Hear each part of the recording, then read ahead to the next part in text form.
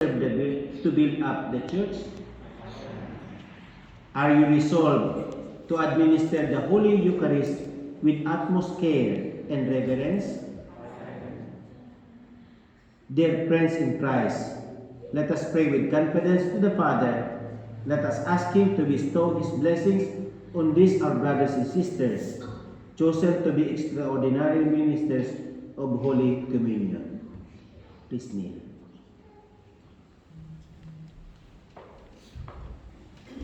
Loving and merciful Father, Creator and God of your family, bless these extraordinary ministers of Holy Communion.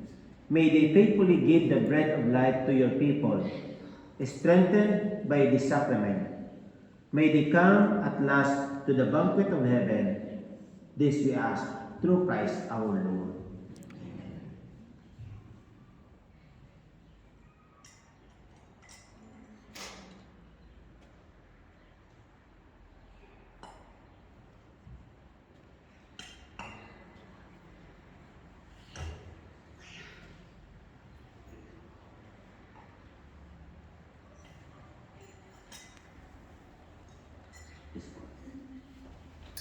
Face the people po. Ito na po yung ating mga bagong commission extraordinary ministers for Holy Communion.